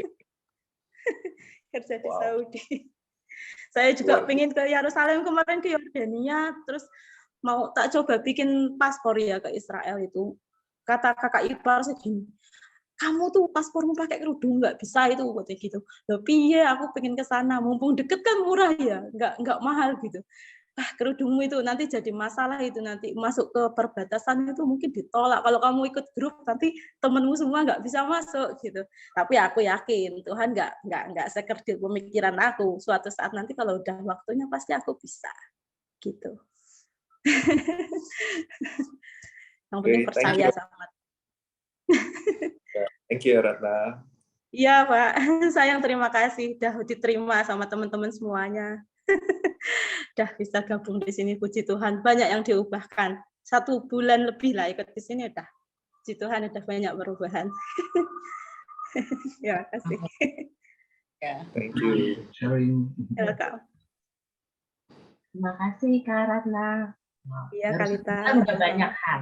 Tunggu nanti tahun-tahun berikutnya akan lebih banyak lagi. Amin. Menang. Amin. Amin. Yuk, siapa lagi yang mau bertanya?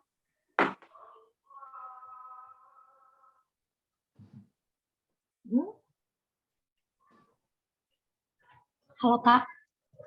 Ya. Saya ingin bertanya. Dari Qatar, dari Saudi ini kayaknya ngumpul nih. Siap-siap kok. Banyak pertanyaan menanti. Sebenarnya pertanyaan saya ada 2. Yang pertama itu gimana sih cara membangun kembali berbahasa roh yang pernah padam? Dan kebetulan udah dijawab sama Ko Adrian dengan cara membaca Alkitab, saat teduh kayak gitu kan. Nah yang kedua, bisa nggak kita dibaptis 2 kali? Karena aku kayak ada kerinduan ingin dibaptis lagi. Oke, saya jawab yang pertama dulu, bagaimana membangkitkan kembali bahasa rohnya. Iya, bukan hanya membangkitkan. Ya, tapi ada kemungkinan padamnya adalah kan ada salah mengerti dengan Tuhan, Anda kecewa dengan pemimpin atau dengan Tuhan. Biasanya itu yang menurunkan semangat sehingga bahasa rohnya bisa padam. Berarti ya minta ampun, kembali kepada Tuhan, makanya baca Alkitab lagi, saat teduh lagi, biasanya nanti bangkit lagi. Itu yang pertama. Yang kedua, apakah bisa baptis lagi? Begini, mestinya baptis itu sekali karena itu dedikasi kita kepada Tuhan atau ekspresi kita, deklarasi kita bahwa kita ngikut Tuhan. Jika Anda tidak pernah pindah iman, semestinya tidak memerlukan baptis ulang. Karena itu deklarasi, kecuali Anda melakukannya dengan Anda tidak sadar. Dulu ya, waktu baptis pertama, Anda tidak sadar, Anda tidak mengerti, mungkin waktu bayi atau waktu masih kecil, ya saatnya untuk Anda sekarang melakukan dengan deklarasi yang Anda mengerti dengan segenap hati. Tapi jika Anda sudah melakukannya dahulu dengan jelas, kalau Anda merasa ada sesuatu dosa, minta ampun aja. Tidak perlu dibaptis. Karena yang menyelamatkan bukan baptisannya, tapi iman, pengakuan dalam hati, percaya dalam hati dan pengakuan dengan mulut, itu yang menyelamatkan Anda. Jika Anda ada dosa, tinggal minta ampun dalam hati, ucapkan doanya dan minta ampun kepada Tuhan, Anda sudah diampuni lagi. Darah Yesus cukup berkuasa untuk mengampuni dosa Anda. Tidak perlu acara baptisan baru Anda selamat. Baptisan itu deklarasi bahwa Anda beriman kepada Tuhan. Jadi begini, saya kasih contoh. Saya menikah dengan istri saya. Sekali. Oke? Kalau saya bertengkar dengan dia, tidak bisa diam-diam, besok kita menikah lagi yuk, karena kemarin kita bertengkar. Anda ngerti maksud saya? Kayak nggak perlu menikahnya lagi. Ya minta maafnya ya perlu, benar ya. Tapi menikahnya tidak diperlukan untuk permintaan maaf. Karena baptisan itu seperti deklarasi kita menikah dengan Tuhan. Istilahnya begitu ya. Bukan pernikahan ya, nanti salah tangkap. Ekspresinya seperti janji seumur hidup kita dengan Tuhan. Kalau kita salah, ya kita minta ampun. Tapi jika Anda tetap mau, karena ada konsep yang lain, ini bukan baptisan, namanya rededikasi. Saya sudah dibaptis di Australia dahulu.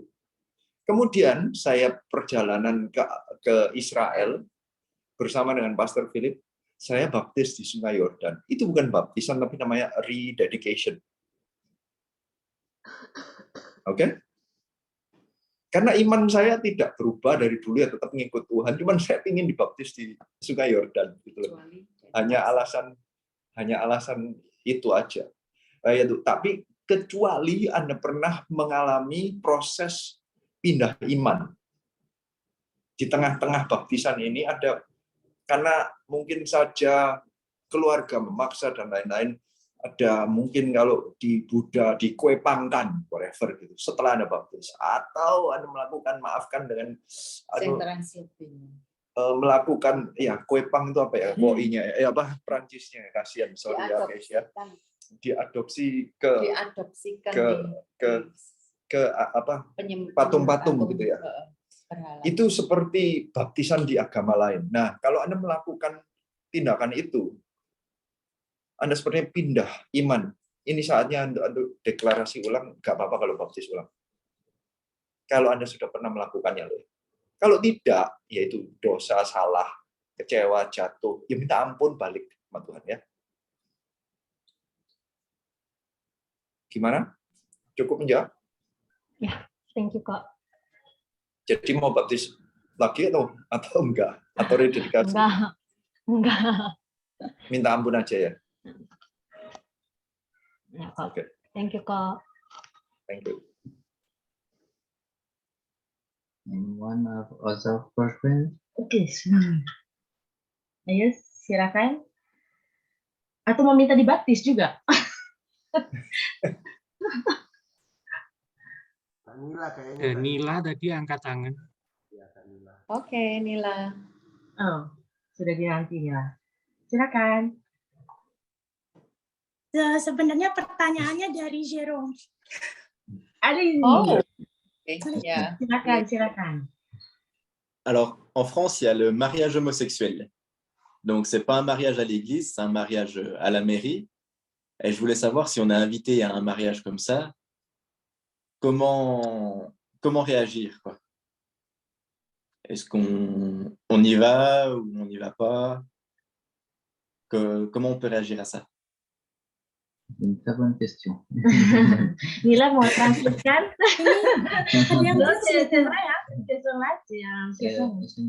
Nila mau transferkan langsung atau?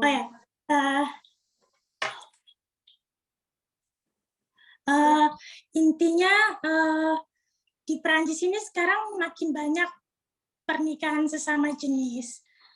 Keluarga kami, teman kami sudah pernah ada menerima undangan pernikahan.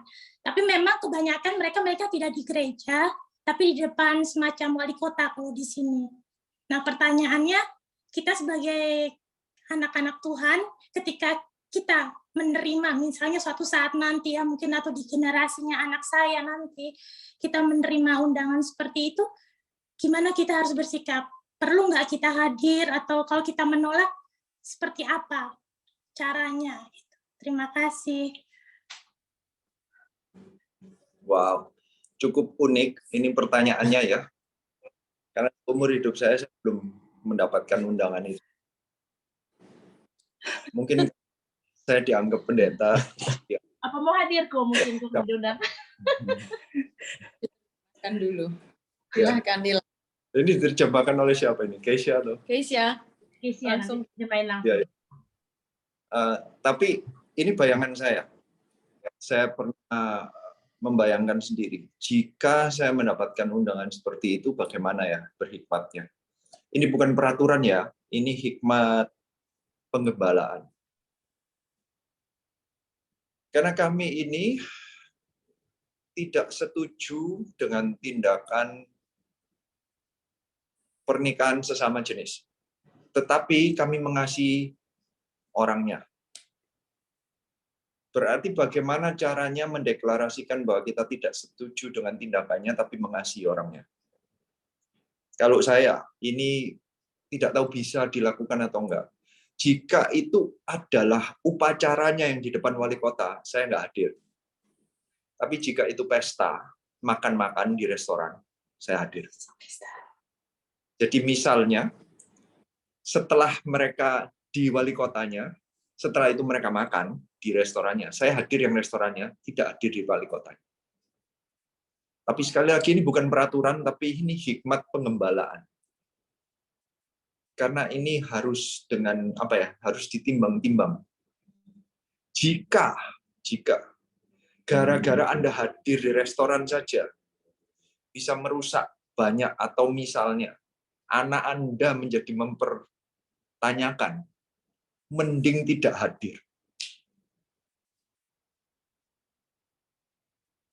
Anda pakai cara yang lain untuk mungkin datang ke rumah mereka, nanti kunjungan di waktu yang lalu. Hanya untuk supaya tidak ada orang yang mulai mempertanyakan. Karena memang kan pesta itu kan public space ya. Jika kita hadir, bisa dianggap bahwa kita menyetujui, begitu ya. Jadi mungkin saya suggest, jika ini memang sesuatu yang sulit, ini hikmat sekali lagi, bukan peraturan. Di waktu yang sama Anda pergi ke luar kota. Jadi kan nggak perlu datang. Ya. Kemudian Anda mengucapkan selamat atau apa di waktu yang lain. Ini kayaknya ada negara lain ada yang tanya seperti itu. Ada ya. Tapi ya itu ini sekali lagi bukan peraturan, ini hikmat ya. Kalau saya dijebak kayak begitu, saya keluar kota. Jadi saya ngomong maafkan, saya tidak bisa hadir. Ya. Saya lagi di luar kota. Aja Nila sama Caleb ke luar kota. Bukan bohong loh ya. Kan kita ngomong apa adanya, pergilah keluar kota beneran. Bisa.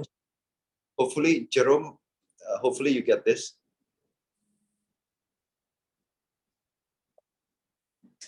Ok, d'accord.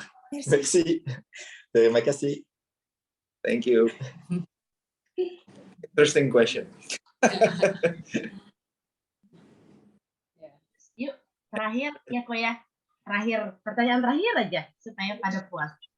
Halo, selamat siang. Ya. Selamat malam di sini. Sorry, maaf agak bising. Soalnya lagi rame di restoran. Di restoran ya. Selamat malam Kom, aku mau gini minta saran.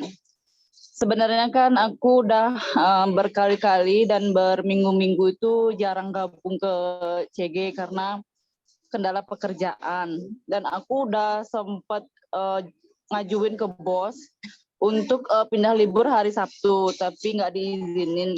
Terus aku cari cara untuk bayar dia potong gaji gitu. Aku bayar dah hari Sabtu itu biar aku dapat full CG. Dan tetap aja bos aku nggak ngizinin karena dia takut kehilangan pendapatan gitu. Dia bilang berapa yang aku kehilangan jika kamu tidak bekerja seperti itu. Nah, sekarang aku pengen minta sarannya apa yang harus aku lakukan biar biar bisa ikut CG gitu karena udah berkali-kali absen gitu kok gitu. Minta sarannya.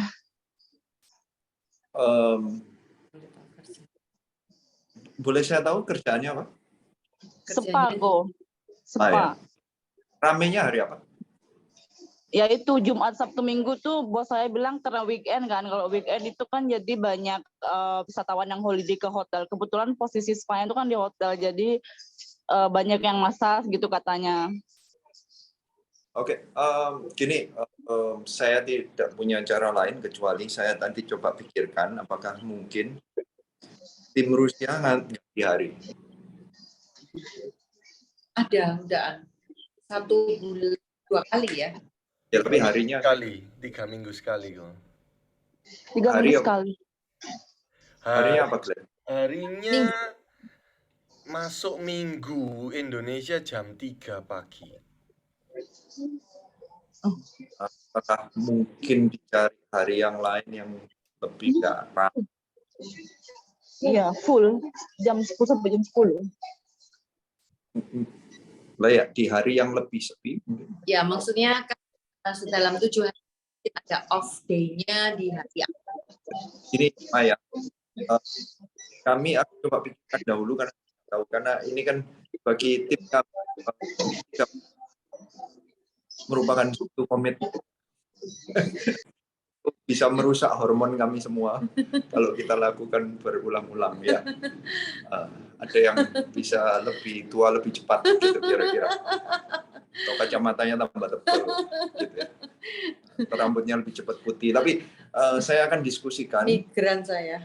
Kayak sama ada yang migran gitu ya. Tapi karena kita merasa kayak kita jet lag every time gitu. Misi Jerman.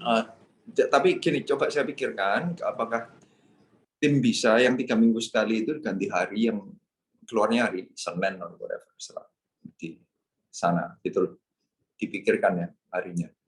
Ya Pak Glenn dipikirkan dahulu, kita akan tangkap dulu ya. Saya belum bisa memberikan komitmennya.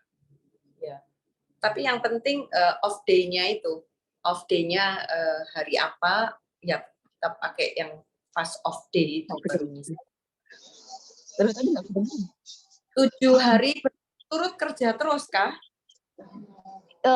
Seminggu sekali liburnya. Nah itu di hari pas libur itu. Ya nanti kita pikirkan ya, diskusikan oleh. Oke kok, C.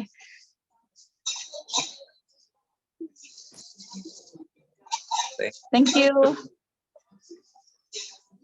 Glenn, berarti bisa dikirimkan orang-orang Eropa kayaknya untuk megang Rusia. Jadi kalian nggak perlu jet lag. Kalita kan?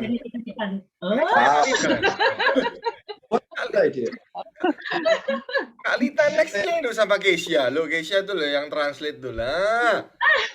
Gimana? Ayo, Glenn. Ayo. Lo dia bilang ayo. Gimana coba? Kacau. Orang Perancisnya, ayo orang. So Perancisnya mau mulai buka. Ayo. Ayo udah ya. Why not? Suami udah bilang ayo ya ngikut aku lah. Ya. Ya. Pokoknya ada hari lain ya, hari lain supaya kita bisa menangkap yang. Enggak, yang di Rusianya juga bangkit. Hari ini kita akan mendoakan pengangkatan sponsor ya. Nah ini jawaban juga. Akan hari ini ada pengangkatan sponsor untuk Rusia. Jadi di kemudian hari juga bisa mulai untuk dipimpin oleh orang Rusia sendiri yang maksudnya stay di Rusia. Jamnya jadi lebih friendly bagi masing-masing. Kita foto dulu, Glenn. Foto dulu, terus habis itu baru mendoakan atau ada satu pertanyaan lagi, gimana? Lita, host, Kong Song, Apa sih? Tadi Bang Song tanya ke saya. Setelah coba fungsi direktur mau aku bilang tanya langsung daripada tanya ke saya. Yeah, you have a lot of questions, Bang Song. I'm sorry. I will speak in French. If I will translate, okay, I will translate because it's a little bit complicated. Dia akan ngomong pakai bahasa Prancis saja karena sedikit complicated. Ya. Go ahead. Par rapport à tout ce que vous avez dit dans le sermon tout à l'heure, en fait, le fait d'être vraiment impliqué ou pas, ou faire semblant pour servir Dieu. Et moi, je voulais parler en fait surtout de quand on construit une église, mais une église physiquement, et ça implique un crédit, donc il faut faire confiance à une banque. On est redevable aussi des personnes d'un organisme. Et donc, est-ce que c'est compatible avec les doctrines ou ce qu'on apprend dans l'Église? Tadi kan kalau Pastor Adrian sempat menjelaskan tentang memberikan secara sungguh-sungguh atau hanya berbohong atau hanya manipulasi di depan publik.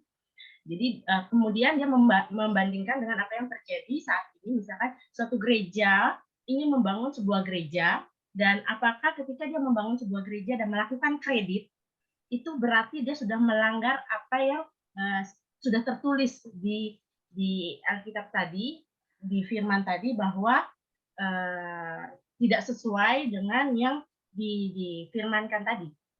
Maksudnya yang kreditnya tadi kan kredit pembangunan gereja. Ngutang gitu ke bank. Ya, ngutang. Jadi suatu instansi atau sebuah gereja membangun gereja tapi dengan melakukan sistem kredit. Maksudnya dia otomatis dia mungkin gereja tersebut tidak mempunyai cukup dana sehingga melakukan kredit untuk membangun gereja tersebut. Sedangkan kita kan diajarkan untuk tidak melakukan kredit gitu maksudnya. Ya, setuju. Tapi gini, saya tidak akan menghakimi seseorang dengan memberikan kata-kata karena kamu berhutang kepada bank untuk bangun gereja ini berarti kamu tidak memberi dengan murni. Saya tidak mau melakukan hal itu. Karena di zaman sekarang ini memang sangat amat rumit ya. Ini masih diterjemahkan atau sudah ya? Ini zaman sekarang ini rumit. Cara pendanaan itu complicated gitu ya. Kalau saya kepada bisnismen, tentunya saya ngomong jangan berhutang. Simple. Saya tidak, kalau saya bangun Europe, saya juga nggak mau ngutang. Oke. Tapi saya tidak mau menghakimi gereja lain yang mungkin struktur pendanaannya jauh lebih complicated. Saya nggak ngerti karena apa, mungkin aset ini itu sini punya uang tapi nggak bisa dikeluarin di negara itu, jadi harus pinjam dahulu, nanti harus apa. Karena kadang tidak bisa hanya transfer aja dari negara ke negara. Jadi harus lewat sesuatu hal yang lain. Jadi saya nggak mau menghakimi bahwa itu dasarnya dari sesuatu yang tidak murni. Kira-kira bisa mengerti maksud saya? Saya tidak bisa mengerti. Tapi kalau kami sendiri, bisnismen saya ajak, jangan berhutang. Kita bangun ROSC Europe juga tanpa hutang. ROSC Netherlands, ROSC France, ROSC Germany tidak akan pakai hutang. Kita akan bangkitkan dan bangun start dari apa yang kita mau, kita miliki. Pelan-pelan enggak apa-apa, tapi kita maunya bukan dengan hutang. Tapi itu kan kita. Ini kan kemauan kita. Orang lain saya enggak ikut menghakimi. hopefully Fang Sam mengerti. Saya nggak ikut menilai orang lain. Ya, kita harus fair. Kita nggak tahu persis itu apa yang terjadi. Ya. Yes. Apakah ini? Thank you. Yes. Thank you. Thank you for your answer. We try to build ROSC France without going to the back. Okay. Of course, we will. Amin. Yeah. Pedih sekali, luar biasa. Kita foto dulu yuk sebelum kita masuk doa syafaat. Mumpung masih cantik-cantik semua, dapat firman, dapat penyegaran. Kita foto dulu. Silakan. Yang ngambil foto siapa ya? Saya bisa. Baba ya. Saya akan foto. Oh, Korivin, oke. Saya hitung berarti ya. Oke. Tolong yang belum buka kamera bisa dibuka, kameranya dinyalakan. Hana dari Poland. Juvina. Terus ini, NLW siapa Luxembourg. 1,000 for Jesus. Oke, kita foto ya sekarang ya. Ingatan Shirley. 1, 2. Oke, ini halaman pertama, yang kedua tahan. 1, 2. Oke, thank you. Siap dinanti fotonya yang keren-keren. Yuk, siapa yang doa syafaat? Silakan. Saya. Oke, mari kita berdoa teman-teman. Ya Bapa kami di dalam surga, di dalam nama Tuhan Yesus Kristus, terima kasih banyak ya Tuhan untuk pada malam hari ini kami boleh ber-CG bersama-sama. Terima kasih juga untuk setiap firman yang telah dibagikan sehingga kami dapat menangkap setiap firman itu dan tumbuh di dalam hati kami masing-masing di tanah hati kami yang subur ya Bapa. Dan juga ya Tuhan, terima kasih Tuhan sehingga kami dapat mengasihi Engkau lebih lagi dan tanpa limit ya Bapa. Dan